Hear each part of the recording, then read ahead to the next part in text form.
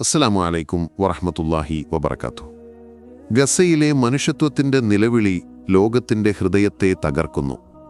2023 October 7 മുതൽ ഇസ്രയേലിന്റെ ആക്രമണങ്ങളിൽ 60,000-ത്തിലധികം ജീവനുകൾ നഷ്ടപ്പെട്ടു. അതിൽ ഭൂരിഭാഗവും സ്ത്രീകളും കുട്ടികളുമാണ്. 2.3 മില്യൺ മനുഷ്യർ അഭയാർത്ഥികളായി. ഭക്ഷണക്ഷാമവും ദാരിദ്ര്യവും അവരെ വേട്ടയാടുന്നു. ഈ ദുരന്തത്തിന്റെ മധ്യത്തിൽ മുനമ്പിലെ ഒരു പള്ളിയിൽ നടന്ന ജുമുഅ ഖുത്ബയിലെ ഹൃദയഭേദകമായ വാക്കുകൾ ലോകത്തിന്റെ ശ്രദ്ധയാകർഷിച്ചു. വിശപ്പിന്റെ ഭാരത്താൽ പരിക്ഷീണിതനായ ഒരു ഇമാം തന്റെ പ്രഭാഷണം ഇങ്ങനെ അവസാനിപ്പിച്ചു: വിശപ്പ് കാരണം എനിക്ക് സംസാരിക്കാൻ ശേഷിയില്ല. അത് കേട്ടിരിക്കാൻ നിങ്ങൾക്കും ത്രാണിയില്ല. എല്ലാവരും എണീറ്റു നിൽക്കുക, നമുക്ക് നമസ്കരിക്കാം. ഈ വാക്കുകൾ ഗസയിലെ ജനതയുടെ കഷ്ടപ്പാടിന്റെ ആഴം വെളിപ്പെടുത്തുന്നു. പ്രമുഖ പണ്ഡിതനായ അലി അസ്സുലാബി ഈ സംഭവം സോഷ്യൽ മീഡിയയിലൂടെ പങ്കുവച്ചതോടെ ആയിരങ്ങൾ ഈ ഹൃദയസ്പർശിയായ നിമിഷം ഷെയർ ചെയ്തു. ലോകത്തിന്റെ ശ്രദ്ധ ഗസയിലെ മാനുഷിക പ്രതിസന്ധിയിലേക്ക് തിരിഞ്ഞു.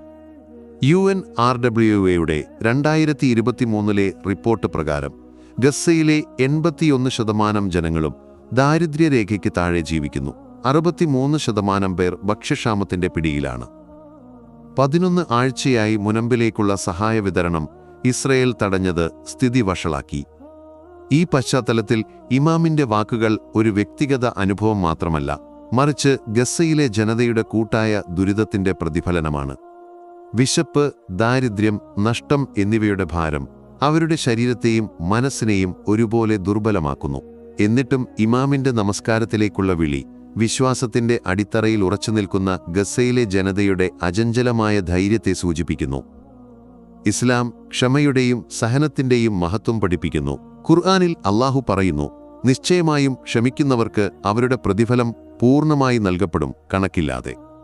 ഗസയിലെ ജനങ്ങൾ വിശപ്പിന്റെയും യുദ്ധത്തിന്റെയും കൊടുംപ്രതിസന്ധികൾക്കിടയിലും ഈ ക്ഷമയുടെ മാതൃകയാണ്. ഇമാമിന്റെ വാക്കുകൾ വിശപ്പിന്റെ ശാരീരിക ബുദ്ധിമുട്ടിനെ മറികടന്ന് ആത്മീയമായ ദൃഢതയോടെ നമസ്കാരത്തിലേക്ക് ജനങ്ങളെ ക്ഷണിച്ചു. ഇത് അല്ലാഹുവിന്റെ മേൽ ഭരമേൽപ്പിക്കലിന്റെ ശക്തമായ പ്രകടനമാണ്. ഖുർആൻ പറയുന്നു: നിന്റെ രക്ഷിതാവിന്റെ മാർഗത്തിൽ ദുരിതം സഹിക്കുന്നവർക്ക്, അവർ വിശ്വസിക്കുകയും നല്ല പ്രവൃത്തികൾ ചെയ്യുകയും ചെയ്യുന്നവർക്ക് അവർക്കാണ് ഏറ്റവും ഉത്തമമായ പ്രതിഫലം. ഇമാമിന്റെ നമസ്കാരത്തിലേക്കുള്ള വിളി ഗസയിലെ ജനങ്ങളുടെ ആത്മീയ ശക്തിയുടെ പ്രതീകമാണ്. നമസ്കാരം ഒരു മുസ്ലിമിന്റെ ജീവിതത്തിന്റെ കാതലാണ്. പ്രതിസന്ധികളിൽ അത് അല്ലാഹുവുമായുള്ള ബന്ധത്തെ ശക്തിപ്പെടുത്തുന്നു.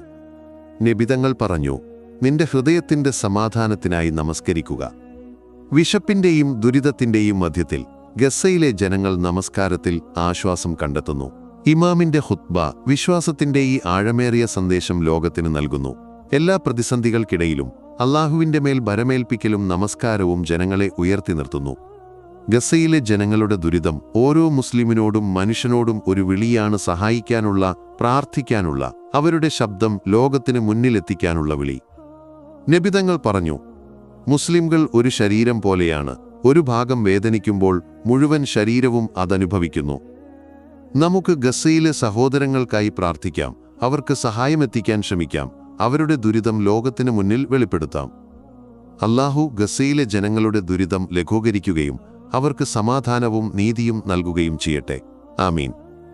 അസ്സലാമു അലൈക്കും വറഹ്മത്തുള്ളാഹി വബറകാതുഹു.